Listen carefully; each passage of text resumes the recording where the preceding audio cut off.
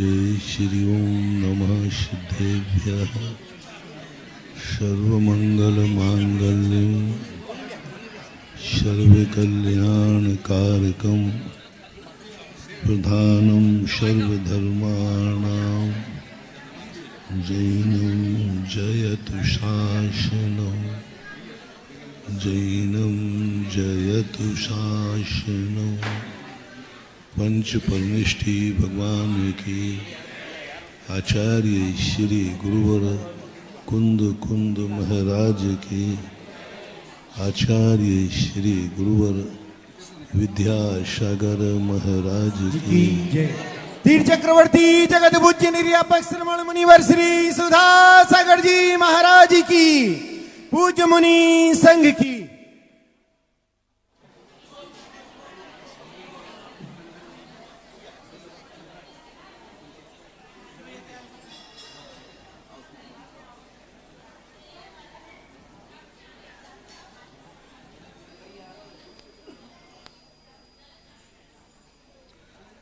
कोई कार्य यदि विधिवत किया जाता है तो उसका फल भी हमें भली देर से मिले लेकिन पूर्ण मिलता है।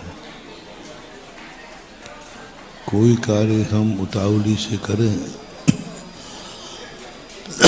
तो कार्य तो पूर्ण होगा ही नहीं, फल भी नहीं मिलेगा। मोक्ष मार्ग ऐसा ही नहीं है कि हम बाजार चले जाएं और धर्म लेके आ जाएं। सम्यक दर्शन कहीं दुनिया में मिलता नहीं है,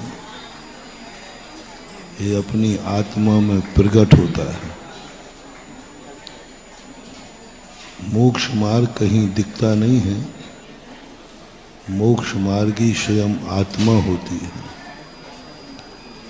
मोक्ष कोई चीज नहीं है, हमारी स्वयं की आत्मा मोक्ष रूप होती है।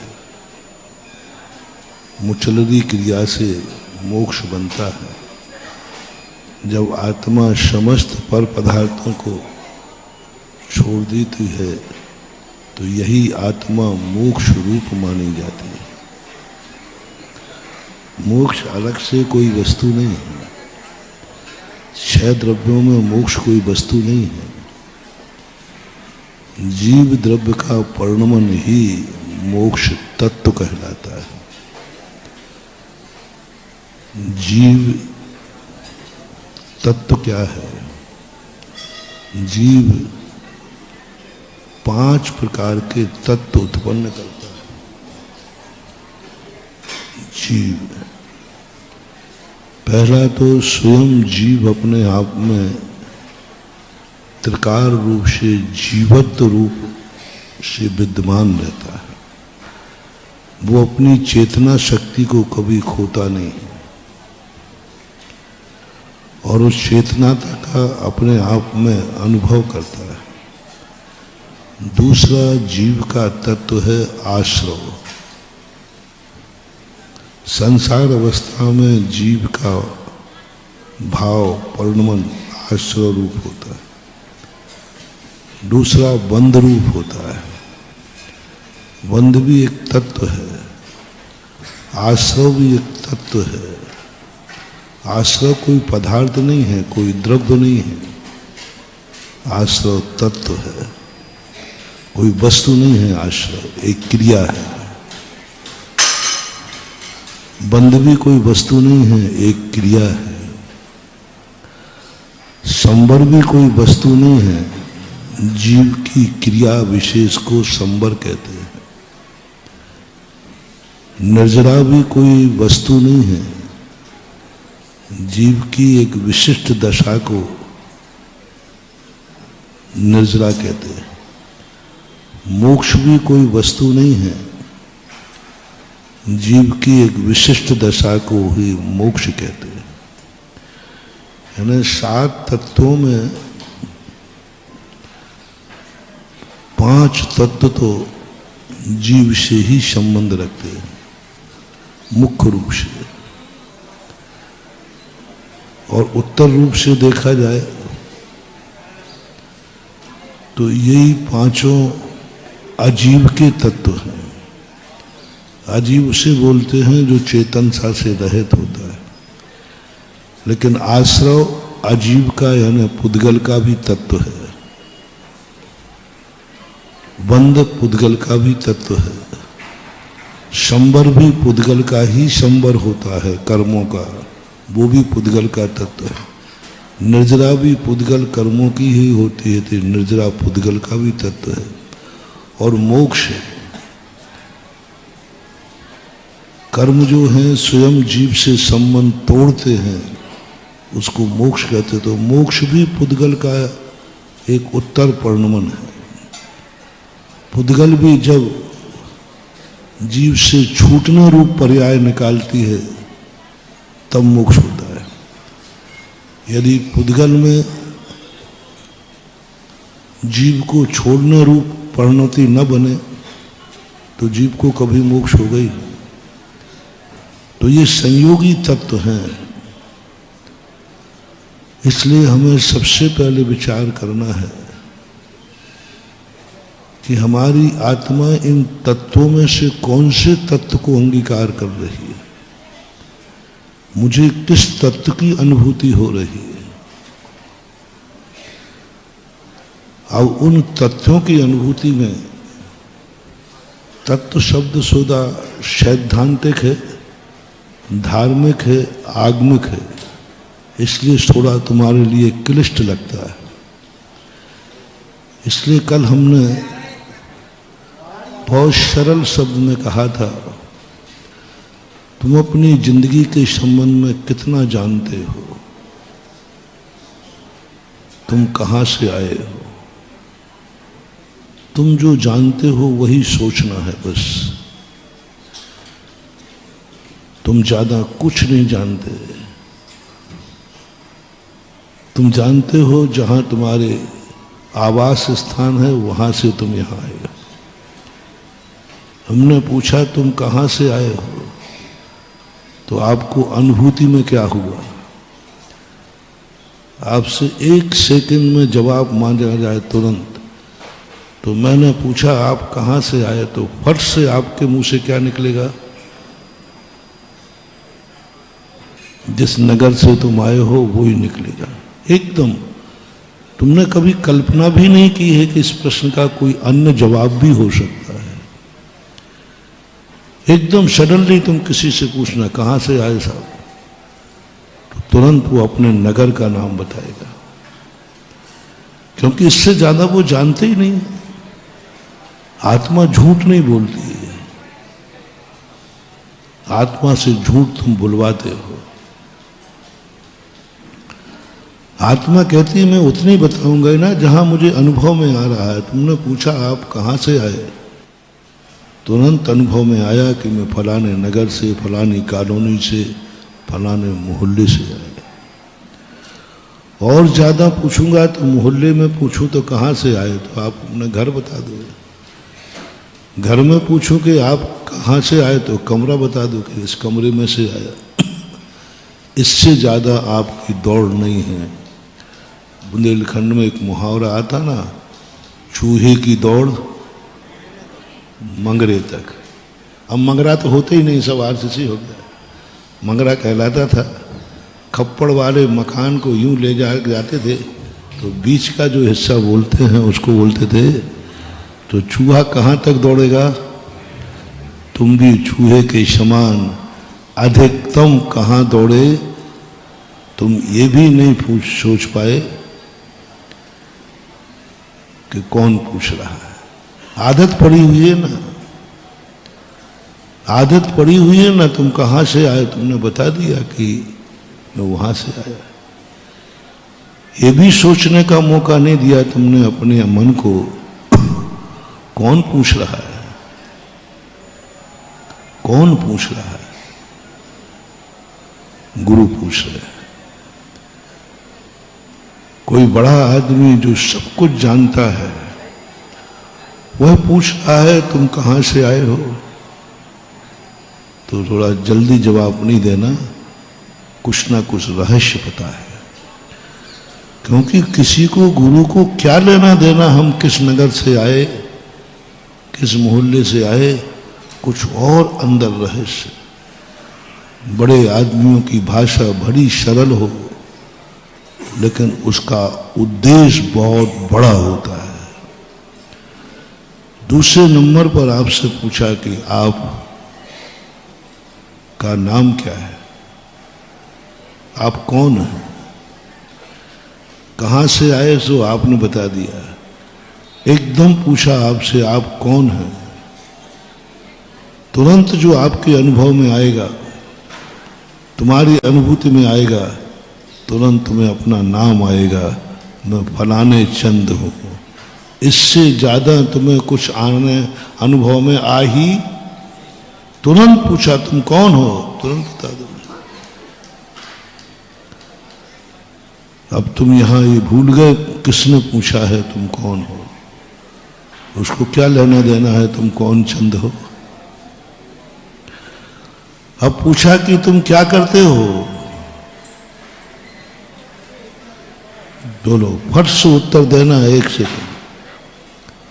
हाँ, मुझे ही नहीं फंसाया करो। हमें तुरंत तुम जिज्ञासा में प्रश्न पूछते हो तो उत्तर देने का कितना टाइम देते हो, हैं? कितना टाइम देते, बोलो? सेकंड भी नहीं देते। अब मैं तुमसे पूछ रहा हूं, सेकंड का भी गैप नहीं, तुम क्या करते हो, तुरंत बताओ। बोलो मैं बता दूंगा, इसमें कौन सी बड़ी बात है।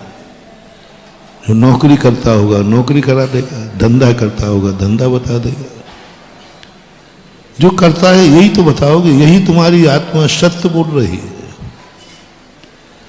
सत्य बोल रही है, क्योंकि इससे ज्यादा कभी अनुभव में आया ही नहीं। हम यह भूल गए कि तुम क्या करते हो ये कौन पूछ रहा है, गुरु पूछ रहा है, ये भूल गए बस। गुरु को क्या लेना देना कि हम क्या करते हैं, गुरु को क्या लेना देना कि हम क्या करते हैं।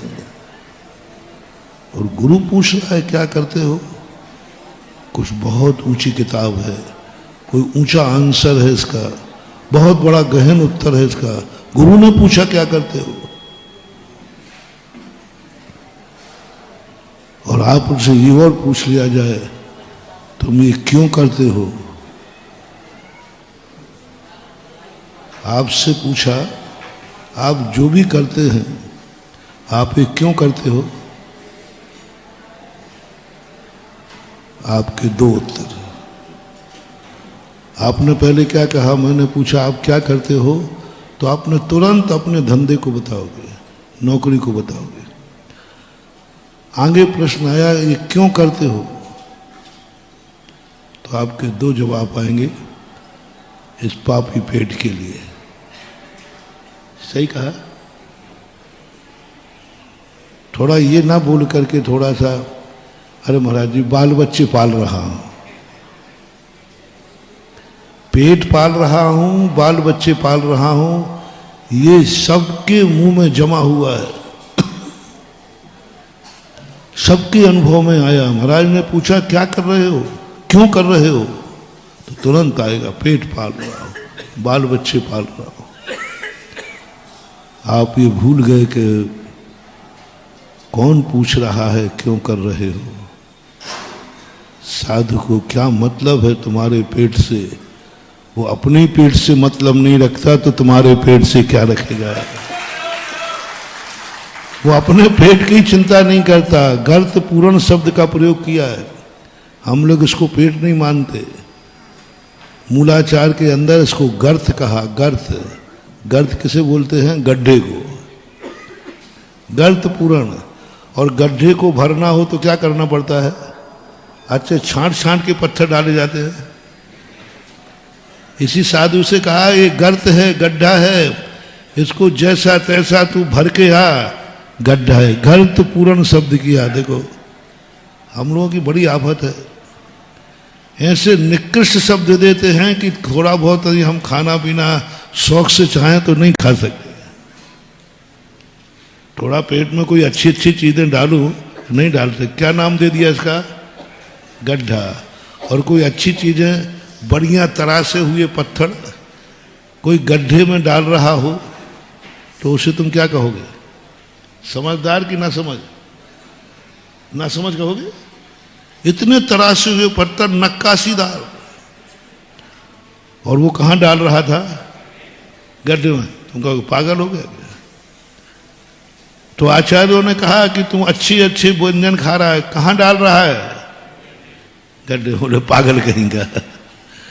गड्ढे में तो एन कैन प्रकार जैसे गड्ढे को पूर्ण करना है, इसलिए साधु पेट नहीं भरता, पेट नहीं पालता, गड्ढे को गर्त पूर्ण शब्द का प्रयोग किया। कहां जा रहा है साधु? आहार को जब जा रहे हैं ना, तो कहां जा रहे हैं? गर्त पूर्ण करने जा रहा है, गड्ढे को भरने जा रहा है। अब देखो आहार चर्या कितनी पवित्र है।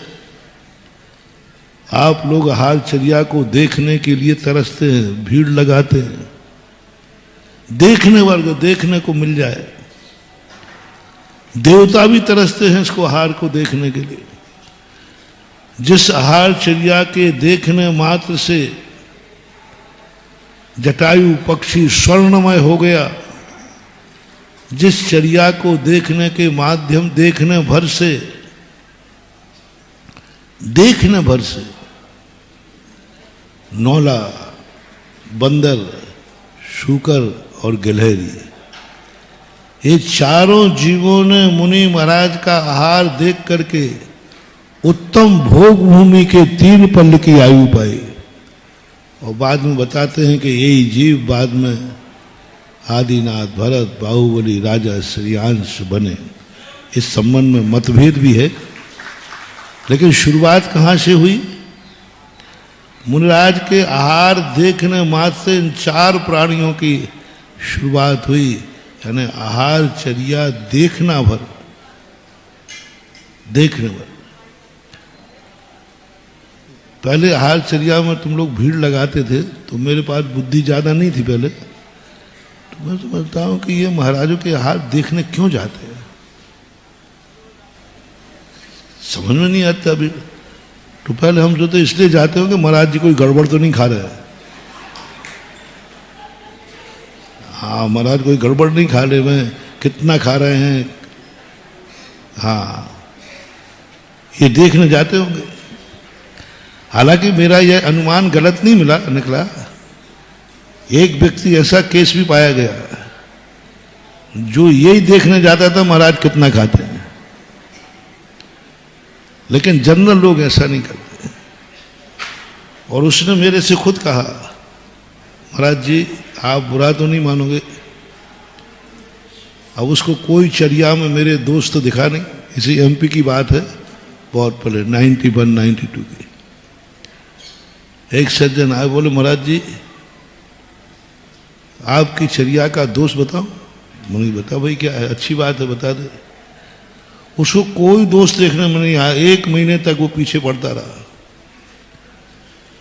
एक दिन वो आहार देखने गया, वो कहता महाराज जी मैंने पकड़ लिया आपका दोष। मैंने भाई क्या पकड़ लिया? बोले आज आपने 40 ग्रास लिए हैं, और आपको मालूम आपके मूलाचार में क्या लिखा है? 32 ग्रास लेने को लिखा है। और मैंने कहा अब आज तक पता नहीं था कि कोई ये भी पता नहीं था कि लोग रोटी भी गिन रहे हैं, ग्रास भी गिन रहे हैं, है ना। देखो तो सही, साधु आहार भी करे तो वो भी कैमरे की नजर में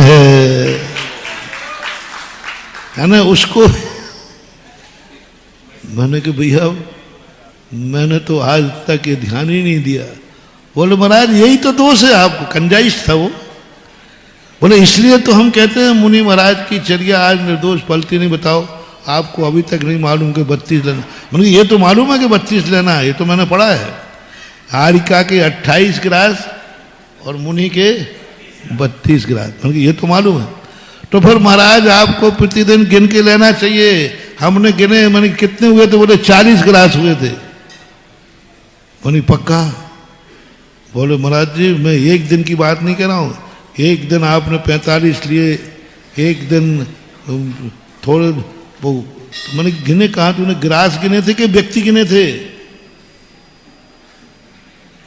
यदि कोई व्यक्ति गिने के इतने व्यक्ति दे के आए तो उतने ग्रास है, तो हमें तो 200 लोग व्यक्ति आहार दे रहे हैं। नहीं तो बाहर अंदर तो पहुंच नहीं पाओगे। बाहर इतने लोग गए हैं और सब लौट के आए, पूछ क्या एक ग्रास दे के आए गए? बोलो 200 लोग क्या बोलेंगे? यही बोलेंगे ना, एक ग्रास। तो काउंटिंग कितने की हो गई? तो वो कहते काय के महाराज ने 200 ग्रास लेते हैं और लिखे कितने हैं? 32 ग्रास लिखे। और अंदर जाकर के भी गिन लो तो हो सकता है, भले तुम्हें यही पता नहीं बाहर से कि एक गिलास में 10 लोगों ने हाथ लगाए हैं। नहीं, मैंने अंदर जाके गिने हैं महाराज, मैं खड़े खड़े गिन रहा हूं, 2-3 दिन से गिन रहा हूं, पक्का करके रहा हूं। मैंने कहा भैया तूने 32 गिलास गिन लिए हैं, कल तू आहार के लिए आना, देने के लिए। बोले महाराज मैं तो आहार नहीं दूंगा, आपके सदोश्चर्या, आप 40 गिलास लेते हैं, 45 गिलास लेते हैं, क्योंकि आज गिनने तो आना, धोती दुपट्टा पहन के गिनने आना। मैंने कही सुनो, 32 गिलास तो दिख लिए, लेकिन एक गिलास कितने दाने का होता है ये गिना? एक गिलास में 1000 दाने चाहिए। अब 1000 दाने तोल लो। एक बार इनने गंभीर साहब ने तुलवाए थे, कितने आए थे? 515 ग्राम चावल, और चना तो ज्यादा ही आएंगे, गिनती रखना है। 1000 चने, 1000 गेहूं, ये सब चीजें तोलना। अब बताओ इनमें से आधा किलो चावल पकाया जाए तो कितना हो जाएगा? कौन से घर में प्रतिदिन आधा किलो चावल बनता है? आधा किलो चावल बने, जब मैं पूरा खाऊं तब बात बने। तो उस दिन तो मैं सावधान था, मैंने कहा आज गिनना। तो लोगों ने गिलास दिया थोड़ा, मैंने कहा पहले 1000 कर पहले, नहीं तो गिनती में आ जाएगा। मैंने उससे कहा 1000 दाने की रोटी बनवाओ पहले, 1000 दाने की रोटी बनवाओ तब लूंगा, और पूरी रोटी दो। तुम तो कितने दे रहे हो? अब 1000 दाने की पूरी रोटी बनेगी, तुमने तो एक रोटी के 8 टुकड़े तो वैसे ही कर दिए। तो एक गिलास के 8 भाग किए, रोटी के कितने टुकड़े करते हो? है 4 तो होते ही हैं, और कभी कभी किसी के दांत नहीं होते तो वो 8-10 कर लेता है। कई लोग होते, बुढ़े लोग आते ना, तो उनको गिलास दे तो वो तोड़ते जाते। मैं कही तोड़ क्यों रहा है? तो फिर मुंह से देखता है इसके मुंह में दांत नहीं है। तो ये महाराज को भी वैसे ही समझ रहा है जैसा होगा। 4 होते हैं तो 32 चौका कितने हो गए? 8 रोटियों के 32 गिलास हुए। अब वो रोटी भी कितनी बड़ी हो? 1000 दाने की होना चाहिए।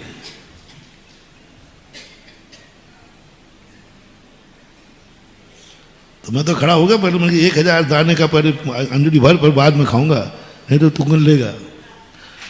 उन्होंने कहा महाराज जी मैं समझ गया, आप तो जैसे आहार लेते तो वैसे ही लो, और उसने भी उस दिन आहार दे दिया है। मैं 3 मिनट खड़ा, चावल मैंने चावल ही लिए, मैंने 3 मिनट का मैंने गिन लूं पहले। मैंने कहा अभी 1000 नहीं हुए, गिन ले भाई, तू गिन ले, 1000 कर पहले। अब 1000 दाने का भाग हमारी अंजलि में नहीं बने। बोले महाराज जी ये तो हमने पढ़ा ही नहीं था। मैंने कहा बेटा बिना गुरु के ज्ञान ऐसे ही होता है। शुभचंद्र आचार्य महाराज ने लिखा है, बिना गुरु का ज्ञान मयूर नृत्य के समान होता है। मयूर नृत्य, मयूर का नृत्य सबसे अच्छा मानते हैं आप लोग, लेकिन नृत्य शास्त्र में सबसे निंदनीय यदि कोई है तो मयूर नृत्य है। बहुत निंदा की गई। कभी भी नृत्य शास्त्री तुम्हें मयूर नृत्य नहीं सिखाएगा। आज तक कितनी नृत्यांगनाएं हुई, एक भी कोई भी नृत्यांगना मयूर नृत्य नहीं करेगी। लेकिन मयूर नृत्य होता है, मयूर नृत्य होता है, लेकिन निंदनीय है। जितने भी नृत्य सिखाने वाले संगीतकार होते हैं वे सारे नृत्य सिखा देंगे, मयूर नृत्य अपने शिष्य को नहीं सिखाएंगे। पढ़ाएंगे, नृत्यों की संख्या गिनाएंगे, इतने प्रकार के नृत्य होते हैं, कथक नृत्य है और भी जो नृत्य होते हैं, मयूर नृत्य उसमें गिनाएंगे। लेकिन जब पढ़ाने की बारी आएगी तो स्पष्ट कह दे ये नृत्य पढ़ाने लायक नहीं है और पढ़ने लायक भी नहीं है। क्योंकि मयूर नृत्य नृत्य तो करता है लेकिन होश आवाज खो बैठता है, अपने गुह अंगों को भी वो उद्घाटित कर देता है, उसको यह होश ही नहीं रहता, बेहोश हो जाता है, मदहोश हो जाता है। तो नृत्यों के संबंध में कहा कि नृत्य कैसा होना चाहिए। तो मैंने कहा तुम्हारा ज्ञान जो है मयूर नृत्य के समान है। तुम पकड़ में आ गए ना आज, ये तो मैंने सोचा ही नहीं था, ये तो मुझे कभी बताया ही नहीं गया। बस ये बताया गया 32 ग्रास साधु को लेना चाहिए, यही बताते वो लोग। ये कभी नहीं बताएंगे 32 ग्रास का माप क्या है, 1000 दानों का होना चाहिए, ये नहीं बताया, बताएंगे भी नहीं। और फिर उसी के नीचे ये भी लिखा है कि ये तो मैंने नाप दिया है पूज्यवर वसुनंदी महाराज भट्टकेर महाराज ने, क्षुधा प्रमाण। ये लिखने के बाद फिर क्या क्या दिया, भूख प्रमाण, ये भी लिखा है।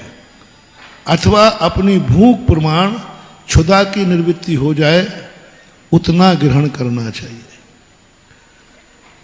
तो मैं सोच रहा था कि कोई आहार देखने के लिए भी आते हो तो वो भी सही है, लेकिन हम आप लोगों को आरोप नहीं लगा रहे हैं। हमारे भक्त तो आहार देखने इसलिए नहीं जाते हैं कि महाराज क्या ले रहे हैं, इसलिए जाते हैं कि देखने मात्र से जन्म जन्म के पाप कट जाते हैं। देने से ही नहीं, तुम मात देने में ही मान रहे हो। आहार देने वाला भी भोग भूमि जाता है, उत्तम भोग भूमि मिथ्या दृष्टि है तो। और वे चारों जानवर आहार देख रहे थे और देखने वाले चारों प्राणी भी उत्तम भोग भूमि गए, देखने वाले। जब ये उदाहरण हमने पढ़ा उसके बाद से हमें तुम्हारे ऊपर हुई शंका का निवारण किया। हमें बहुत उनके ये लोग गलत जाते हैं महाराज को देखने, नहीं जाना चाहिए। कम से कम शांति से महाराज को आहार नहीं करने देते। इतने लोग तुम्हें घेर के खड़े हो जाएं तो क्या होगा बोलो भाई, थालियां फेंकोगे, थालियां जो देखने जाए उसी को। पहले मुझे भी ये विकल्प आता था जब मैं कुछ भी नहीं जानता था। आप लोग कभी मैं महाराजों के हार देखने के लिए चाहता भी नहीं था और मुझे पसंद भी नहीं था। इसलिए पसंद नहीं था कि शांति से हार करना दो महाराज को, क्यों भीड़ कर रहे हो, क्या देखना है, चौका वाला दे रहा है, महाराज ले रहे हैं, अब तुम जाकर के भीड़ की भीड़ जाओगे देखने के लिए। तो मेरा सोच था कि नहीं जाना चाहिए देखने के लिए, देखने नहीं जाना चाहिए। लेकिन जब शास्त्रों को पढ़ा तब मैंने कहा कि ओह, मेरी धारणा गलत थी और इतने दिन जो मैंने नहीं देखने के भाव किए गलत थे। ना जाने कितने लोगों को रोका होगा हमने, बुरे भाव से नहीं। क्या जा रहा महाराज को देखने, क्यों भीड़ कर रहे हो, गर्मी अलग पड़ रही है, उजेला कम पड़ रहा है, क्यों जा रहे हो, मत जाओ, जाने में बहुत, नहीं जाने में बहुत पुण्य है। लेकिन जब शास्त्रों को पढ़े तब चला ये बनिया है, फोकट में कोई काम करेगा नहीं। ओहो, जब वो शायर पढ़ा कि देखने मात्र से, वहां जो पूज्य रविशरण महाराज ने श्री पद्म पुराण में, देखने मात्र से इतना पुण्य का बंध, इतना पुण्य का बंध, और सम्यक दृष्टि होता तो स्वर्ग जाता। मिथ्या दृष्टि थे इसलिए वो अघृत मिथ्या दृष्टि थे, उत्तम भोग भूमि गए। मात्र देखने मात्र से, उसके बाद से अब मैं कभी देखने को मना नहीं करता हूं, चाहे भली हम आहार कर पाए या ना कर पाए, हमारे लिए कितने उपसर्ग आ जाए, लेकिन हम यही सोच लेते हैं हमारी जो होगी सो हम भोगेंगे, इनका कल्याण होना चाहिए, क्योंकि इनका देखने से भी कल्याण। इतने सारे लोग दे तो सकते नहीं हैं, पूरा सागर दे नहीं सकता है। कितने वर्षों तक रुकूं तो भी पूरे सागर में, घर घर में हर व्यक्ति आहार देना संभव नहीं है। फिर इनका कल्याण कैसे होगा? बहुत बड़ी विधि महानुभाव, दे नहीं सकोगे, संभव ही नहीं है। साधु ले नहीं सकेगा, संभव ही नहीं है इतनी बड़ी जनता से। लेकिन सारे लोग आहार देने का जो पुण्य है वो कमा जरूर सकते हो। तुम्हें आम से मतलब है कि गुठली से? ये बताओ तो बस। आम से मतलब है तो शास्त्रों में लिखा है आहार देख लो, देने को नहीं मिले तो देने की होड़ मत करो, अपनी आंखों से देख लेना तो तुम्हें देने बराबर पुण्य बनेगा। मैंने आगम का प्रमाण दे दिया है, आगम का प्रमाण दे दिया। और ये चारों जीवों का कल्याण हुआ वहीं से हुआ देखने। इसलिए ये जैनियों में आहार को देखने की परंपरा है। किसी के दुनिया के दर्शन में कहीं भी साधुओं के आहार देखने का कोई उल्लेख नहीं पाया गया। मैंने सभी दर्शनों को देखा, सभी दर्शनकारों के साधु आहार करते हैं, लेकिन देखने की परंपरा कहीं नहीं। देने की तो है। हमारी दूसरा संप्रदाय श्वेतांबरों में भी आहार देने की तो परंपरा है, साधु का आहार देखने की परंपरा नहीं, क्योंकि उनके यहाँ प्रच्छन्नचर्या होती है। प्रच्छन्नचर्या ने छुप करके आहार करना, कोई देख नहीं ले। जब वो लोग आहार करते हैं बिल्कुल कोई नहीं रहता वहां पर, प्रच्छन्नचर्या बोलते हैं। अकेले में करते, चुपचाप करते। साधु साधु तो रहते हैं, श्रावक बाहर करते, ऐसा हमने सुना है। प्रच्छन्नचर्या बोलते हैं। किसी भी संप्रदाय में साधु के आहार देखने की परंपरा नहीं। मां दिगंबर जैन धर्म में साधु की आहार चर्या देखने मात्र का इतनी महिमा गाई गई। मां देखने, आंखों से देखने, और देख करके ऐसे पुण्य के। इतनी पवित्र चर्या मैं कह रहा हूं, इतनी पवित्र चर्या जो देखने से लोगों का कल्याण हो जाए, जिसके माध्यम से लोग अपने जीवन को धन्य करें। जब हम लोगों ने, मुनि ने गुरु से पूछा, जिनवाणी माँ से पूछा कि ये आहार चर्या बहुत पवित्र है, लोगों को देखने मात्र से कल्याण होता है, देने से तो कल्याण होता है, हम जाएं ये पवित्र। तो उन्होंने कहा तू पवित्र चर्या को मत जाना, गड्ढा पूरण, गर्त पूरण। हाँ चला जा, गड्ढे को भर के आ जा। क्या निंदनीय शब्द दिया।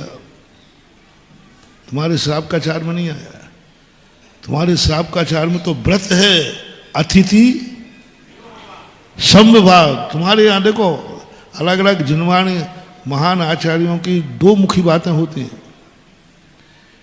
तुमसे क्या कह दें और हमसे क्या कह दें। तुमसे कह दिया अतिथि समविभाग है, व्रत है, आहार जैसा दान जैसा महान धर्म है, धर्म है। दूसरी प्रतिमा से लगा दिया अतिथि समविभाग। इतनी महिमा गाई है श्रावकों के आहार दान की, बहुत महिमा गाई। लेकिन वही भगवान, वही जिनवाणी मां, जब मुनिराज ने पूछा तो ऐसी निंदा की है, ऐसी निंदा की है कि खाने का मन भी हो तो नीचे डाल दे। ये दो मुखी बात बड़े होते ही ऐसे। एक बार की घटना है, लगभग हो सकता है सन 1986 की हो, आहार जी की घटना है। रक्षाबंधन का दिन था, तो हमारे यहाँ ब्राह्मणी आश्रम पहले चला करता था। उस समय संचालिका वगैरह रत्ती भाई वगैरह थी, और मेरा पड़घान वहीं हो गया। तो इन बहनों की आदत होती है, ये त्याग में आग नहीं देखती, जबरदस्ती देती है। तो अब रक्षाबंधन के दिन तो सब वो मीठा होता ना, गोंठा गोंठा, अब वो दे दिया मैंने। अब मैं तो मीठा का त्याग था, तो मैंने अंतराय कर दिया, फट से कर दिया, ये लो। अब हालत हो गई रक्षाबंधन के दिन और आश्रम में आहार, बस सारी बच्चियों ने अनशन ठान दिया, हम नहीं आहार करेंगे। सब ने आप उपवास ले लिया, और वो रोती हुई आचार्य श्री पाद। अब महिलाओं का रोना तो भगवान ही जानते हो ना, अच्छे अच्छे पिघल जाते हैं। इनके पास ताकत नहीं है, इनके आंसू ही ताकत है। कुदरत ने हर व्यक्ति को कोई ना कोई शक्ति, सांप को जहर दिया, पुरुष को बल दिया, और महिला को आंसू दिए। ये आंसू इनके शस्त्र हैं। पर हमारे आचार्य से उन आंसुओं पर पिघले नहीं, सब रोने पहुंच गए। क्या हुआ? ऐसा ऐसा हुआ महाराज जी, रक्षाबंधन था, हम लोगों की भावना हुआ थोड़ा देर। ठीक किया, ठीक, ऐसे ही होना चाहिए। ये है, बहुत ठीक किया।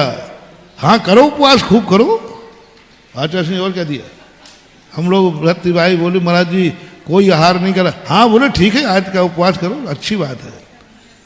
गलती करोगे तो ऐसा ही होगा। साधु से पूछना चाहिए, बिना पूछे यूं धोखे से, और अच्छी जम के डांट पड़ी। यही होना चाहिए, यही सभी साधुओं को यही करना चाहिए।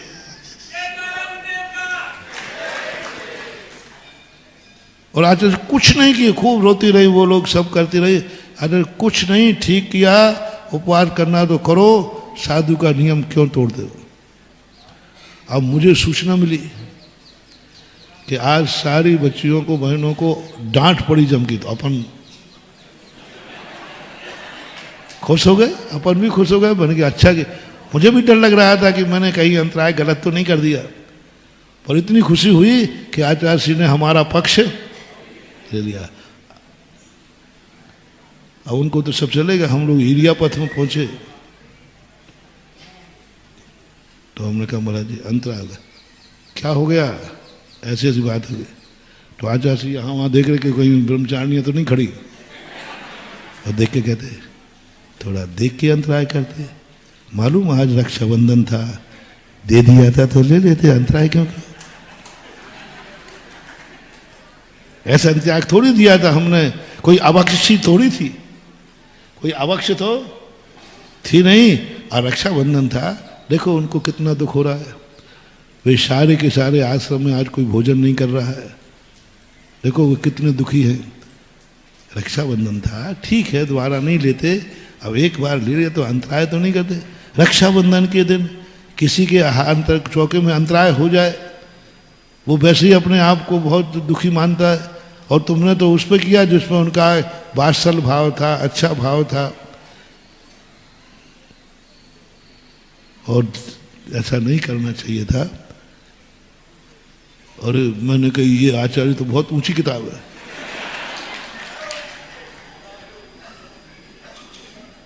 उनको निपटा दिया और हमें भी। ये ऊंची किताब, ये है गुरुओं का विवेक, ये है आचार्य का लक्षण। इसको बोलते अनेकांत धर्म, अनेकांत धर्म बोलते इसी को। क्या बाद में मैंने आया कि मेरे भाई कुछ एक तो या तो मुझे ही डांटते, उनको कह देते खुश है, या उन्हीं को डांट दिया था, अपन को नहीं डांट, नहीं, दोनों को। ये है बैलेंस। रस्सी को, तार को इतना मत खींचो कि रस्सी टूट जाए, तार को इतना ढीला मत छोड़ो कि स्वर आना भी बंद हो जाए। भावना देखो, यही मैंने शास्त्रों में देखा, आपको उस प्रसंग में सुना रहा हूं। आपको जो कहा, इतनी महिमा गाई आहार की, और वही आचार्य, वही जिनेन्द्र देव हम लोगों कहते हैं कहां जा रहा है, तो हम बोले महापवित्र जगत कल्याणी, महापवित्र जगत कल्याणी आहारचर्या करने जा रहा हो। बोले नहीं, तू गलत है। नहीं महाराज, आपने तो कहा है, तूने उनकी बातें क्यों सुनी? अब हमसे कहते हैं कहां जा रहा है, मालूम तू कहां जा रहा है? गड्ढा भरने जा रहा है, गर्त पूरण, गर्त पूर्ण कर। ये दृष्टि साधु की होना चाहिए। आहार करते समय मैं गड्ढे को भर रहा हूं, लेकिन ये भाव श्रावक को नहीं आ जाए, नहीं तो बेटा तुम्हारा बेड़ा गर्क है। हम महाराज के पेट गड्ढा भर रहे हैं, ऐसा तुम्हें नहीं आ जाए कि मैं महाराज का गड्ढा भर रहा हूं। नहीं, तुम तो भाव करना मैं साक्षात रत्नत्रय दे रहा हूं, 12 तप दे रहा हूं। मैं तो पढ़ता रहता हूं, मैचिंग करता रहता हूं। अब तो आजकल मैं तुम्हारी बातों में जिनवा श्राप का आचार में कुछ भी कहते हैं ना, मैं विश्वास ही नहीं करता। मैं कहता हूं पहले मूलाचार में देखता हूं मुझे क्या कहा।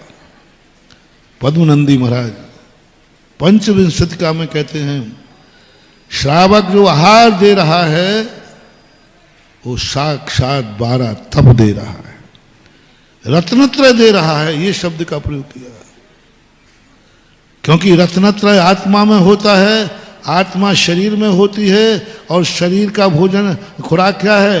भोजन है। तो तुमने भोजन नहीं दिया है, साक्षात मुनि को रत्नत्रय दिया है।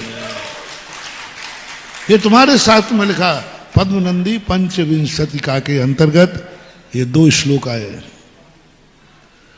और हमारे मूलाचार में लिखा गर्त पूर्ण, इन शब्द का। तो तुमने क्या कहा? पूछा हमने, अपने मूल विषय पे आ जाओ, क्यों कर रहे हो? तो तुमने जवाब क्या दिया? पेट पाल रहा। दूसरा जवाब क्या आया? बाल बच्चे। ये 2 जवाब सही है ना? ज्यादातर यही दवाई आते ना। तो एक स्थान पर मैं प्रवचन कर रहा था, यही बात वहां निकल रही है। उसी समय एक कुत्ता कूद करके आ गया, उसी समय। ठीक कहा मैंने कि देखो तुम क्यों कर रहे हो? बोले पेट पालने के लिए। तुमने जोर से आवाज, बोलो क्यों कमा रहे हो? जल्दी बोलो। दूसरा बोलो, क्यों कमा रहे हो? उसी समय कुत्ता कूद गया। तो अब मैंने सोचा कि साधु निमित्त बुद्धि बहुत जल्दी लगाता है। इसी बात के समय कुत्ता क्यों कूदा? और ठीक मेरे सामने कूदा, कहीं दौड़ के आया, निकल गया। और मेरी दिमाग, मैंने कि इसी समय कुत्ता का क्यों आना हुआ? जरूर कोई ना कोई संकेत है। बिना संकेत के कोई घटना घटेगी नहीं। हर घटना में कोई ना कोई संकेत है। अब वो तो चला गया, अब मैं प्रवचन देता जा रहा हूं और सोचता जा रहा हूं कुत्ता क्यों आया? कोई ना कोई निमित्त है, कोई ना कोई निमित्त है। और कुत्ता दूर खड़ा होकर के और फिर हमारी तरफ देखने लगा। बाबा जी समझ में नहीं आई, और वो पट्टा खड़ा भी हो गया। यहां से तो जोर से भागा और दूर जाकर के वो मेरी तरफ मुंह करके बैठ और गया। वो मैंने देखा कि मैंने कहा ये तो मेरी तरफ मुंह कर रहा है। तो मैंने समझा, ये समझा रहा है कि बाबा जी अभी तक समझ में नहीं आई आपकी। तो मैंने 2-3 बार उसको देखा, इतने में समझ में आ गई, इतना बुद्धू भी नहीं हूं। तो कुत्ता ये कह रहा है, महाराज जी इन्होंने कहा क्यों कमा रहे हो? बोले बाल बच्चे पेट पाल रहा हूं। तो मैं ये कहने आया था, इनसे कहो पेट पालने के लिए इतना पढ़ना लिखना, इतना सब मेहनत करना जरूरी नहीं है। मैं भी पेट पाल लेता हूं और बिना पढ़ा लिखा हूं। बोलो पेट कौन जानवर नहीं पालता? उसको इतना पढ़ना पड़ता है, इतना व्यापार करना पड़ता है, इतना पूंजी लगाना पड़ती है। क्या जवाब था? क्या उस समय भाव आया उस निमित्त को देखकर? क्या मेरे में परिणाम आया कि कुत्ता कहता है पेट पालने के लिए इतना बड़ा व्यापार, इतना बड़ा सब कुछ करना, ये कुछ जरूरत नहीं है। मैं दिन भर में 2-4 घरों में पूंछ हिलाता हूं और पेट भर लेता हूं। पेट पालने के लिए जैनी होकर पेट पालने के लिए कमा रहे हो? क्या जवाब दे रहे हो? होश में आओ। गुरु ने पूछा है क्यों पाल रहे हो, क्यों कर रहे हो ये धंधा पानी? भूल गए तुम किसने पूछा था? तुमने तो वो इरादत रटी है, पेट पाल रहा हूं। तो हमने तो जवाब दिया नहीं, कुत्ते ने जवाब दे दिया कि तुम भी पाल रहे हो और क्यों इतनी मेहनत कर रहे हो, आ जाओ हमारी पार्टी में, पेट पल जाएगा। दूसरा का जवाब क्या था आपका? जल्दी बोल दो। सबसे ज्यादा बाल बच्चे किस जानवर के होते हैं मालूम है? कुत्ते से भी नीचा कौन है? हाँ, अब बुला रहा हूं शुकर को, वो आया नहीं। क्या कहा? बाल बच्चे पाल रहे हैं? तो शुकर कहता है क्या बाल बच्चे पाल रहे हो? 2 बाल बच्चे पालने के लिए इतनी मेहनत? हम 12-12 बाल बच्चे पाल रहे हैं और पल रहे हैं, सब पल रहे हैं, सब पल रहे हैं। बोलो शुकर के बच्चे पलते हैं कि नहीं? और वो पालती है कि नहीं? सुरक्षा देती है कि नहीं? तो तुम में और उसमें क्या अंतर है? तुम भी बाल बच्चे पाल रहे हो, वो भी बाल बच्चे पाल रहे हैं। दोनों का जवाब एक ही है कि अलग अलग? कुत्ता भी पेट भर रहा है, तुम भी भर रहा है, दोनों में अंतर क्या है? जवाब दो इन जानवरों का, जैनियों, क्या अंतर है दोनों का? पेट दोनों भर रहे हैं कि नहीं? बाल बच्चे दोनों पाल रहे हैं कि नहीं? अब अंतर बताओ क्या है? ओहो, बस यहां से शुरुआत होती है धर्म की, यहां से शुरुआत होती है मानव की, यहां से शुरुआत होती है जैन की, यहां से शुरुआत होती है श्रावक की, यहां से शुरुआत होती है मुनि महाराज की। सब पेट भर रहे हैं, सब पेट भर रहे हैं, लेकिन नहीं, मानव कह सकता है जानवर खबरदार, मैं पेट नहीं भर रहा हूं, मैं पेट नहीं भर रहा हूं, मैं भक्ष खा रहा हूं। मैं खाने के लिए नहीं जी रहा हूं, जीने के लिए और विवेक से खाता हूं। कुछ भी नहीं खाता हूं। तुम लोग तो कुछ भी खा जाते हो, गंदा फंदा भक्ष भक्ष सब खा जाते, ये विवेक तुम्हें नहीं है।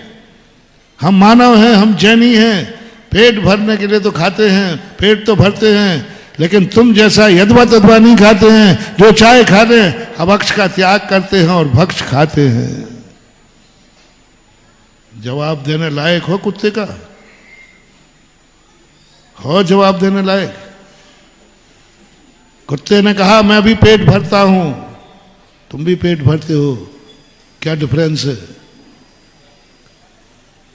क्या डिफरेंस है? जवाब दे सकोगे? कुत्ते से कहो रे जैनियों, खबरदार जो मेरी बराबरी की, तू कुछ भी खा लेता है भक्षाभक्ष। हम जैनी हैं, अभक्ष नहीं खाते, भक्ष खाते हैं, कुछ भी नहीं खाते हैं, विवेक से खाते। तो क्या ये जवाब देने की हिम्मत आप में है? कौन दे सकता है जो जिंदगी में ये नियम लिए बैठा है कि जो शास्त्रों में अभक्ष कहा है वो अभक्ष नहीं खाऊंगा, भक्ष ही खाऊंगा? तो तुम कुत्ते से ऊपर उठ गए, क्योंकि तुम्हें विवेक आ गया। अब विवेक आ गया तो जब चाय खा लेता है दिन में रात में, जहां चाय शुद्धि, कोई ध्यान नहीं है, जहां चाय खा लेता है,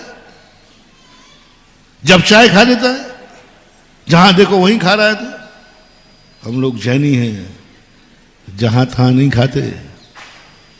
तो जहां चाय खा लेता है, जहां चाय खा लेता है, जहां मिल जाए वहां। हम जैनी हैं, जहां तहां नहीं खाते हैं, शुद्ध घर में चौके में खाते हैं। जवाब है तुम्हारे पास, दे सकोगे?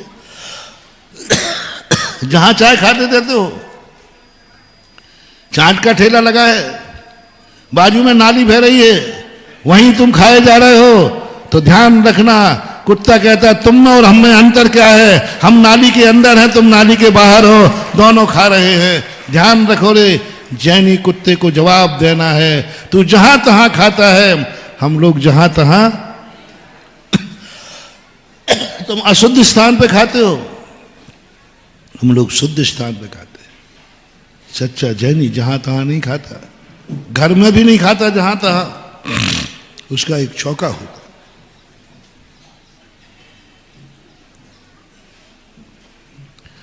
चौका होता है, चौके में ही बनता है, वहीं खाया जाता है। आज चौका शब्द किसके लिए प्रसिद्ध हो गया?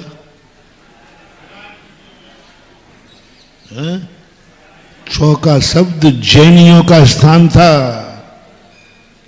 हम जैनियों के चौके में आहार करने जाते थे। आज वो चौके की रष्टि तुमने मुनि महाराज के नाम कर दी। चौके का अर्थ मुनिराज का आहार, और तुम्हारा महाराज का हार तो चौके में, और तुम्हारा हार। जवाब दो उस कुत्ते को। मैं कुछ ना, ये लाठी है, ये सांप है, अपनी तो 14 है। बहुत अच्छा जानवर आया, बढ़िया। जवाब दे। वो भी जहां तहां खा रहा है, जानवर भी खा रहा है, कोई शुद्धि नहीं, कोई अशुद्धि नहीं। कैसे खा रहा है? अरे जब भूख लगी तब खा रहा। तो तुम में और उसमें क्या अंतर है? क्या कह सकते हो? ए जानवर, ए कुत्ते, जवान सवाल के बोल। मैं जैनी हूं, ऐसे ही नहीं खाता हूं। सुबह उठता हूं, मुंह धोता हूं, नहाता हूं, नहा के बाद मंदिर जाता हूं, अभिषेक करता हूं, पूजन करता हूं, फिर आहार करता है। ए कुत्ता, तू करता है क्या? ऐसा तुरंत प्रणाम कर गया, जैन साहब, जय जिनेन्द्र। क्या है तुम्हारे में ये औकात कि तुम कुत्ते को जवाब दे सको?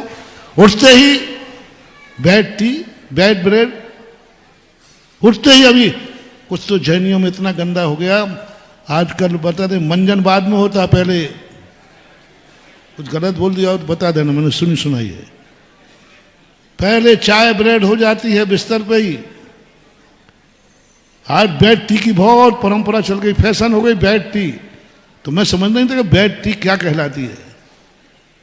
तो मैंने कहा, तो लोगों ने बताया उठते ही बिस्तर से उठा ही नहीं जाएगा जब तक चाय महारानी पे वो बिस्तर से उठ ही नहीं पाते। क्या हो गया रे, क्या हो गया? ऐसे ही लोगों को कहा है, धर्म करत संसार सुख, धर्म करत निर्वाण, धर्म पंथ साधे बिना नर। आगे आप बोल दो, त्रियंच समान। होश ही नहीं तुम्हें कि हम मनुष्य हैं, होश ही नहीं कि हम जैन हैं। कुत्ते को उठते ही भूख लगी, खाने बैठ गया वो, तुम भी खाने बैठ गए। जवाब देने लायक रहो रे। बोल कुत्ता, तू क्या नहा धो करके मंदिर जाता है? क्या शुद्धि करता है? वो भी शुद्धि नहीं करता। कम से कम जानवर से ऊपर उठो, मत बनो धर्मात्मा, मत बनो धर्मात्मा, मत जाओ मोक्ष। कम से कम कुत्ते की बराबरी के लेकर उसको जवाब देने लायक तो बने रहो, इतने तो हो जाओ। कम से कम जानवर से तुम बड़े हो, मानव हो, इतना तो हो जाओ। मत करो धर्म, कुछ तो डिफरेंस लाओ कि जानवर के भोजन में और तुम्हारे भोजन में क्या अंतर है, वो कैसे करता है। कोई शुद्धि नहीं, कोई अशुद्धि नहीं, कुछ नहीं, विवेक ही नहीं उसको। तुम जैनी हो, विवेक के साथ ऐसे भोजन किया जाता है। नहा धो करके भगवान का अभिषेक पूजन करो, अतिथि को आहार दान देना है दो, और उसके बाद भोजन करो। तो जैन तो कुत्ता फिर कहेगा कि मैं सभा में इनको बराबरी करने नहीं आया हूं, मैं सभा में इन जैनियों को जय जिनेंद्र करने आया हूं। धन है रे जैन। कब खाते हो? कुत्ता कब खाता है? नहीं, मुझे पता नहीं, आप लोग कुत्ता कब खाता है? जब चाहे भूख लग जाए, दिन हो या रात हो। और तुम भी जब भूख लगे तब, रात में लगे तो रात में खाओ, जब भूख लगेगी तब खाऊंगा। तो कुत्ता कहता है तुम मानव होकर के पशु के समान हो, तो या तो पशु पर्याय से आए हो और या पशु पर्याय में जाने की तैयारी है। क्योंकि जब चाहे, जो चाहे, जहां चाहे, जैसा चाहे, वैसे जो कार्य करता है, इसी का नाम पशु है। रिपीट करो, जब चाहे, जहां चाहे, जैसा चाहे, जैसे चाहे, वैसे ही किसी कार्य करने का मन तुम्हारा हो। बोले जो खाना है वो खाऊंगा, खाने की इच्छा है, पर जो मुझे अच्छा लग रहा है वो खाता हूं। जानवर भी यही कह रहा है, जो उसको अच्छा लगता है वो खाता है, जो नहीं लगता वो नहीं खाता। जहां चाहे वो खाता है, जहां चाहे तुम खाते हो। जब चाहे वो खाता है, जब चाहे तुम खाते हो। तो अर्थ क्रिया की अपेक्षा से दोनों में एक हो।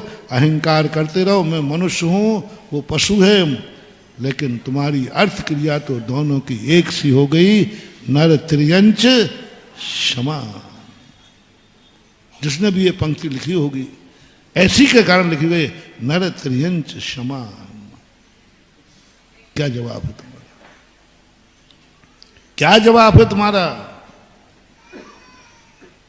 जवाब देने लायक बनो। और ये तभी बन पाओगे जो व्यक्ति क्षयोपशम लब्धि के विषय वस्तु को समझ लेता है। उसे त्रियंच बराबरी कराने नहीं आते हैं, त्रियंच उसे जय जनेन्द्र करने आते हैं।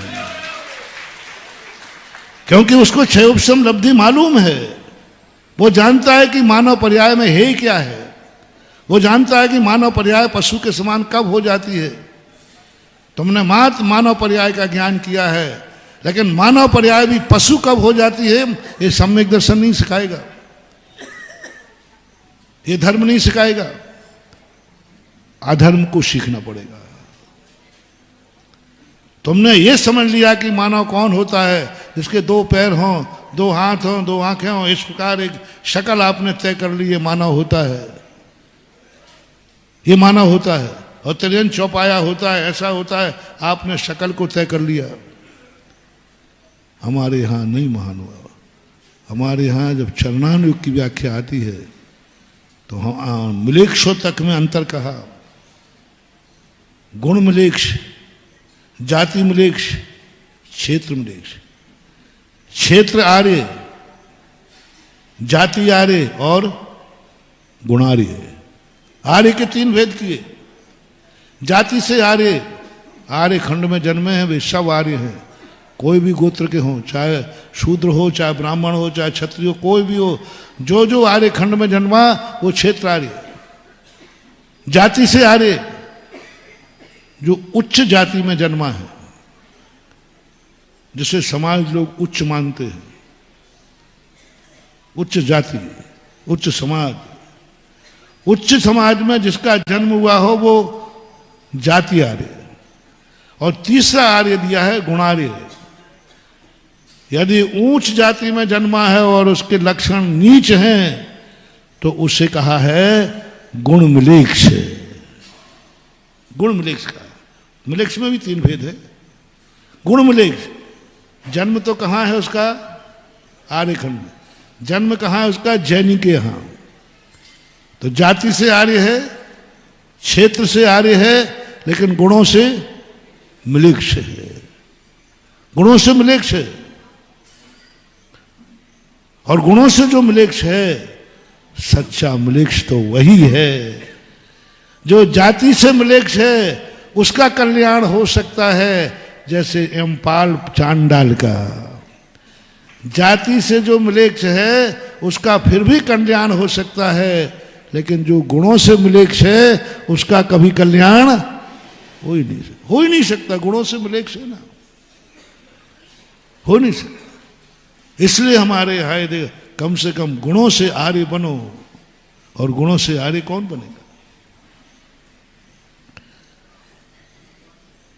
एक और घटना आती है, पूज्यवर नेमीचंद महाराज ने लिया। उच्च उच्च, उच्च नीच, उच्च नीच उच्च, और नीच नीच, ऐसे भेद किए। इसको सब जगह लगा लेना। हालांकि वो ध्यान के प्रसंग में कहा उन्होंने, लेकिन सब जगह लगा लेना। एक उच्च उच्च है, जो क्षेत्र भी उच्च है, जाति भी उच्च है, और आचरण भी उच्च है, उसको बोलते हैं उच्च उच्च। एक उच्च नीच उच्च होता है, जो जाति तो नीच है लेकिन आचरण। एक उच्च नीच है, जाति तो ऊंच है लेकिन आचरण नीच है। एक नीच है, नीच है तो नीची है, और एक नीच नीच है, जाति भी नीच है, क्षेत्र भी नीच है, और आचरण भी नीच है। तो मैं किस में ले लूं? नहीं, एडमिशन कर रहा हूं भाई, देखो थोड़ा सा पूछना तो पड़ेगा। कौन से ग्रुप में ले लूं? उच्च उच्च में ले लूं? मेरी तो भावना यही है, उच्च उच्च में आ जाओ रे। तुम उच्च हो, दो तरफ से तुम उच्च हो, दो तरफ से उच्च तुम्हें कर्मों ने बनाया है कि उच्च क्षेत्र में तुम्हारा जन्म हुआ, सागर में तुम्हारा जन्म हुआ। बुंदेलखंड पूरे भारत में आचार विचारों की अपेक्षा सर्वोच्च स्थान माना जाता है। जिस क्षेत्र को पूज्य गुरुदेव ने पसंद किया हो, अपनी जिंदगी के साधना स्थली बनाया हो, वो कभी क्षेत्र नीच तो हो ही नहीं सकता। और आचार्य पूज्यवर गुरुदेव के विद्यासागर महाराज की जिनके जो क्षेत्रचर्या से, साधना से, उपदेशों से जो बुंदेलखंड पवित्र हुआ हो, वो तो कभी नीच होने का ऊंच है। और जाति भी तुम्हारी, मुझे पता नहीं है, जैन जाति तुम्हारी कैसी है? सही में? हाँ सही है, मैं भी कहता हूं। पर ये दो तुम्हारे ऊंच कर्मों ने दे दिए, अब एक ऊंच और बन जाओ, आचरण से उच्च और बन जाओ, तो बस उच्च उच्च कहला जाओगे। फिर कुत्ते तो क्या, जानवर तो क्या, तुम्हें देवता भी नमस्कार करेंगे, क्योंकि देवता का मस्तक वहीं झुकता है जहां उच्च उच्च होता है। देवता भी नमस्कार करेंगे। पर देखो, आपका उच्च मात एक उच्च आना है, एक जानवर को जवाब देना है, खबरदार जो तूने मेरी बराबरी की, हम जो चाय नहीं खाते हैं, और तू, मैं तो भाषा बोल रहा हूं, तुम्हारा संवाद किससे चल रहा है?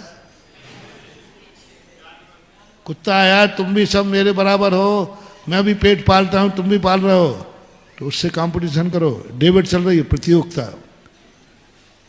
कुत्ता देख, जबान संभाल के बोल, तू जो चाय खाता है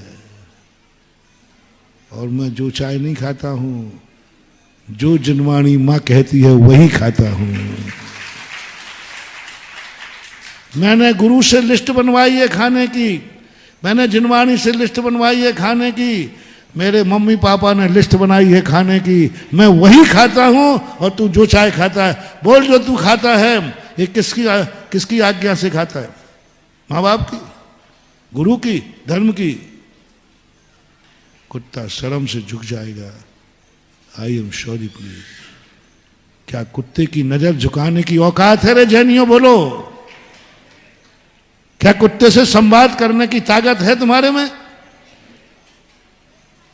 जो कह सको तू जो चाय खाता है, हम जो चाय नहीं खाते, हम वही खाते हैं जो हमारे गुरु ने कहा है, जो हमारी जिनवाणी मां ने लिखा है।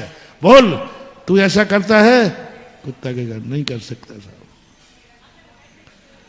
कह सकते हो कि मैं जहां तहां नहीं खाता हूं, तू जहां देखो वहां खा लेता है। यही ज्ञान नहीं कि गंदा स्थान है, सड़क गंदा स्थान है, नाली गंदा स्थान है, नाली के पास बैठ के खाता है, नाली में बैठ के खाता है। कितने गंदे जहां चाय खाता है तू। मैं ऐसा नहीं हूं, मैं बुंदेलखंडी जैनी हूं, ऐसा नहीं हूं। थोड़ा आप लोग भी भाइयों सुनते जाना। मैं तो तुम्हें इसलिए माफ कर देता हूं कि तुम्हारा शब्द बोलना थोड़ा कठिन और कदम, कुत्ता बोलना तो फिर भी ठीक लगेगा, और स्त्रीवाचक बोलूं तो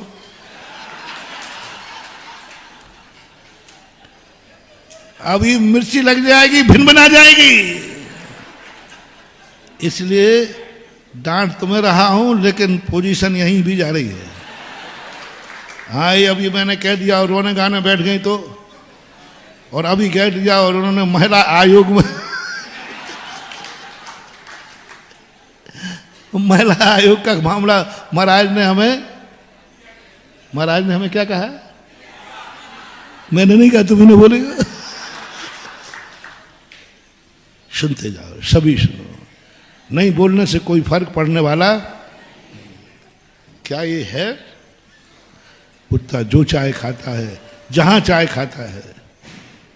हमारी महिलाएं, हमारी माताएं, हमारे भाई बंधु बुंदेलखंड में जहां चाय नहीं खाते थे, शोला का खाते थे।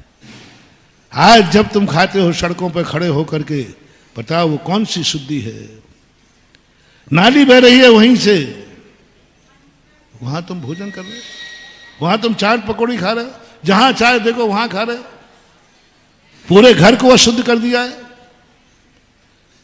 पहले घर में भी एक स्थान होता था, वो स्थान निश्चित होता था। आज तो सब चकड़दम मचा रखा है। एक व्यक्ति ने कहा, महाराज जी धर्म करने के लिए मंदिर जाने की क्या जरूरत है?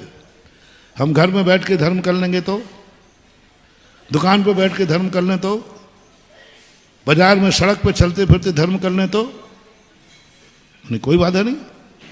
तो फिर क्यों ये मंदिर बनवाते आप? क्यों बार बार कहते मंदिर जाओ, मंदिर जाओ, मंदिर जाओ? ज्यादा होगा तो भगवान को रख लूंगा घर में, और क्या होगा? और ज्यादा होगा तो भगवान को जेब में रख लूंगा। भगवान के दर्शन करना, लिकारे जेब में जाओ, हाँ भगवान रख जाओ। क्या तर्क दूं मैं? महाराज भावनाओं का धर्म है, भावना का धर्म है। मैंने कहा ठीक। तो बोले महाराज जी अब आज के बाद मंदिरों की जिद मत किया करो। मैंने कहा नहीं करूंगा, पहले मेरे एक प्रश्न का जवाब दे दे। तेरा मकान है कि नहीं? बोले है। उसमें लेट बाथ है कि नहीं? बोले है।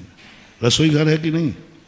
डाइनिंग? कि महाराज आप आओ एक दिन, हम पूरे घर में हमारा सब बिल्कुल व्यवस्थित है, लेट बाथ अलग है, डाइनिंग अलग है, ड्राइंग रूम अलग है, शयन के बेडरूम अलग है, रसोई घर अलग है। मैंने कहा अलग अलग क्यों बनाए? लेट बात कहीं करना कहीं भी कर ले, भोजन करना है कहीं भी कर ले, भोजन करना है कहीं भी कर ले। लेट को जाए उधर निकालता जा, खाता जा, क्या फर्क पड़ता है? पर अब क्या फर्क पड़ता है? ये चीज अलग है कि नहीं? तो आप टॉयलेट में बैठे बैठे, जैसे आपकी राय होगा, मैं कुछ नहीं बोल, टॉयलेट में बैठे बैठे उधर नीचे से निकलता जाएगा, इधर तुम कैसा रहा? क्या उधर खाने से पेट नहीं भरेगा? बोलो ना, पेट तो भरेगा, लेकिन अलग क्यों बनाए? क्यों बनाए अलग? क्यों बनाया जाता है रसोई घर अलग?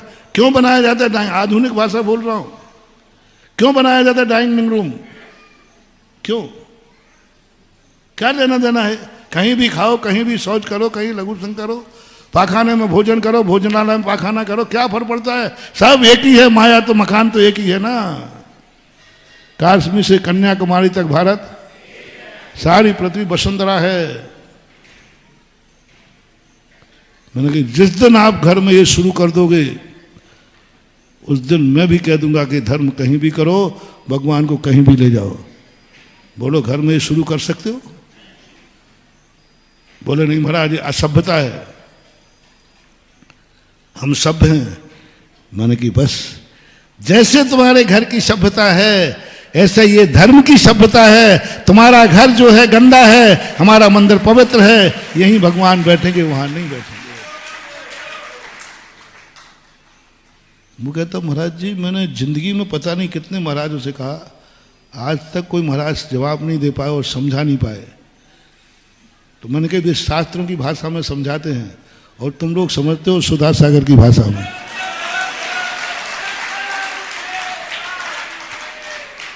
ऐसा समझा कि उसने कान पकड़ लिए। बोले महाराज, आज के बाद मैं प्रतिदिन मंदिर जाने का नियम लेता हूं और समझ में आ गया कि मंदिर और घर में क्या अंतर है। जितना अंतर पाखाने में और रसोई घर में अंतर है, उतना ही मंदिर और तेरे घर में अंतर है।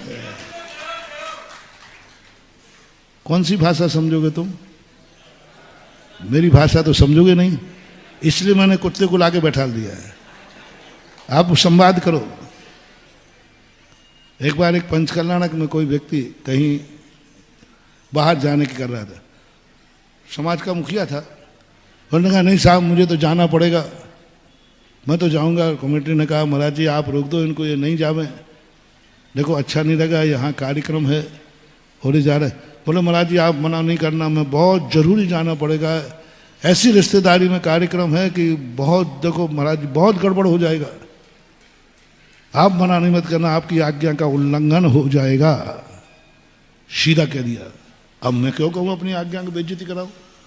जब वो सीधा कह रहा है आप भी मना करोगे तो महाराज आपकी आज्ञा का, मुझे जाना जरूरी है। मैंने कुछ नहीं कहा, चला गया घर जाकर के जैसे ही वो घर से बाहर अटैची लेके निकला और सामने से गधा चिल्लाता हुआ रोता हुआ निकल गया। वो थोड़ा ज्ञानी था, क्योंकि यात्रा पे गधा रोते हुए निकल जाए तो अपशगुन माना जाता है।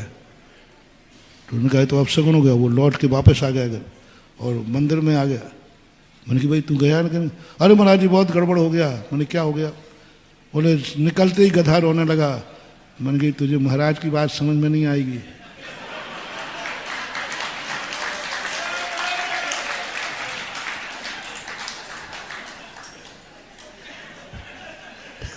समझ गए ना? दुनिया में ऐसे लोग हैं जिन्हें गुरु की बात समझ में नहीं आती, उन्हें समझा के नहीं, गधा ने समझा दिया। गधा ने कहा कि महाराज जी तुमसे नहीं समझेंगे, इनको जाने दो, मैं समझाता हूं। बोलो कैसा रहा मामला? गुरु से समझ जाता तो शायद पुण्य का भंडारा भर जाता, भगवान से समझ जाता तो शायद भंडारा बन जाता। लेकिन ये दुनिया गुरु से नहीं समझती है। ये दुनिया को समझाने के लिए तो गधा चाहिए, गधा समझाएगा तुम्हें।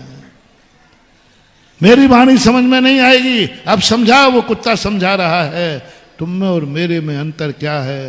तुम भी जहां तहां खाते हो, हम भी जहां तहां खाते हैं। कह सकोगे हम घर में चौके में खाते हैं, हम अशुद्ध स्थान पर नहीं खाते। हमारा चौका पवित्र होता है, निश्चित होता है, एक निश्चित स्थान पर खाते हैं, जहां तहां नहीं खाते। पूरे घर को अपवित्र कर दिया, नकारात्मक एनर्जी। कितना भी बड़ा घर हो, कितना ही बड़ा हो, जिस घर में सब कुछ जहां तहां होता है उस घर में कभी शांति रह नहीं सकती। ये वास्तु का कंसेप्ट है। क्या वास्तु का कंसेप्ट है? कि यदि वास्तु और कुछ नहीं करती महानुभाव, वास्तु का अर्थ है जो कार्य करना है उसका स्थान फिक्स करता है। वास्तु किसी चीज के लिए मनाही नहीं करता। आप बोलो क्या करना है आपको, जो करना है वास्तु स्थान बता देगा, इस कार्य के लिए ये स्थान पर, और कुछ नहीं है। हमें रोटी खाना है, हमें रोटी बनाना है, वो कहते ठीक है बनाओ, कौन मना कर रहा है, स्थान बता देगा भाई ये स्थान रोटी बनाने का है। हमें शयन करना है, ये स्थान शयन का है।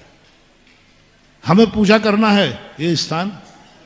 हमारे लिए मेहमान आएंगे, हम ऑफिस कहाँ बनाए, सब पूरा वास्तु, इतना वास्तु और कुछ हो ना हो, लेकिन सभ्यता का एक बहुत बड़ा कार्य। सभ्यता सिखाती है, अनुशासन सिखाता है। हर चीज जहां कहीं मत करो, तुम्हें जो करना है सब करो। वास्तु कहता है उसका स्थान फिक्स करो। वास्तु ने स्थान फिक्स किया है, पूरी चीजें भी बिल्कुल फिक्स कर दी। यानी वास्तु सब कुछ हो या ना हो, लेकिन सभ्यता का सबसे आदर्श उदाहरण यदि कोई है तो वास्तु है, जो सिखाती है हम कहाँ जूते उतारो। स्थान निश्चित किया है, कौन से स्थान पर जूते। तुम्हें डिस्पोजल रखना है, कबाड़ा रखना है, कबाड़े तक का स्थान बताया कि ये डिस्पोजल स्थान है, यहां पर तुम अपना कबाड़ा रख सकते हो। सब चीजों, कोप भवन बनाने का, यदि तुम्हें गुस्सा करना है तो पूरे घर में गुस्सा मत करना, कोप करने का स्थान बनाया। यहां राजमहल बनाया उन्होंने, कोप महल होता था। वो कोप महल राजमहल में कहाँ होना चाहिए? यदि आपको रोना है, झगड़ा करना है, तो वास्तु कहता है तुम्हें झगड़ा करना है, मैं तुम्हारे घर में एक स्थान बताता हूं, वहां बैठ के झगड़ा करना। झगड़े में कोई सिर नहीं फूटेगा, और दोनों बैठ के वहां झगड़ा करने जाओगे, और जब निकलोगे तो मित्र बन के निकलोगे। ये वास्तु का चमत्कार है। पर उस स्थान पर झगड़ा करो जहां वो निश्चित स्थान है। यहां बैठ के झगड़ा करना, और वहां बैठ के तुम झगड़ा करोगे, चलो निपटाता हूं। सुनो रे सब, सुनो बात सुनो, ओ सास बहू सुनो, नंद भौजाई सुनो, भाई भाई सुनो। घर में यदि तुम्हें झगड़ा करने का खूब जम के भाव आ रहा हो तो एक स्थान बता दूंगा, वो उस स्थान पर दोनों बैठ के चलेना और जम के सुनाना। 5 मिनट के बाद ही कुछ ऐसी बात बनेगी कि तब तुम वहां से लौट के आओगे, गए थे लड़ने के लिए और लौट के आओगे सहेली बन करके। क्योंकि स्थान का बहुत बड़ा फर्क पड़ता है। कभी सुनाऊंगा, अभी तो समय नहीं हो रहा है। इस स्थान का मैंने प्रैक्टिकल किया, मंदिरों में, मूर्ति में मैंने स्वयं एक थोड़ा सा खिस्सा देने पर, थोड़ा सा स्थान करने पर, कभी और बताऊंगा, अभी इतने। तो कहने का अर्थ है सभ्यता सीखो। ये सभ्यता है। कुत्ता अशुभ है, जानवर अशुभ है, पशु अशुभ है, क्योंकि उसको ये मालूम नहीं है कौन सा कार्य कहां पर। बस इतने से कारण वो पशु है। क्रिया तो वही कर रहा है जो तुम कर रहे हो। मनुष्य जो क्रिया कर रहा है वो भी कर रहा है, पर फर्क इतना है उसको ये मालूम नहीं है कि कौन सा कार्य कहां करना है, और मनुष्य को क्या है मालूम है कौन सा कार्य। बस इतने से कारण से वो पशु है।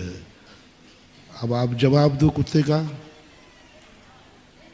जो लाइव में सुन रहे हैं उनसे भी मेरा कहना है, जवाब दो कुत्ते का। क्या कह सकते हो?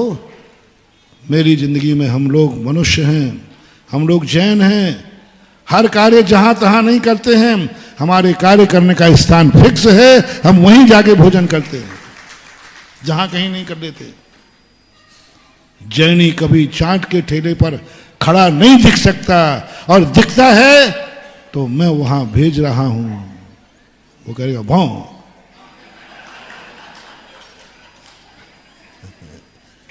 और कुत्तों से कह दिया, जहां जैनी ठेले पर चाट खाते हुए पाए, हे संसार के सारे कुत्तों, उस जैनी को देख करके ना भौं, आ जाओ मेरे जात भाई। नहीं, ये भेद करो, तुम जैनी हो। जब चाय खाना कब खाते हो तुम? महाराज जब भूख लगती जब खा लेता हूँ, ना सुबह का समय, ना ध्यान का समय, ना रात का समय, कोई ध्यान ही नहीं, बस जब भूख लगी जब खा लेते हैं। तो कुत्ता कहता मैं भी तो यही करता हूँ, जब भूख लगती है तो। नहीं महानुभाव, तुम भली दुनिया में ऊंचे उठ पाओ या ना उठ पाओ, तुम भली परमेष्ठी बन पाओ या ना बन पाओ, बस मेरी कामना है मेरा हर भक्त कम से कम पशु से तो ऊपर रहे।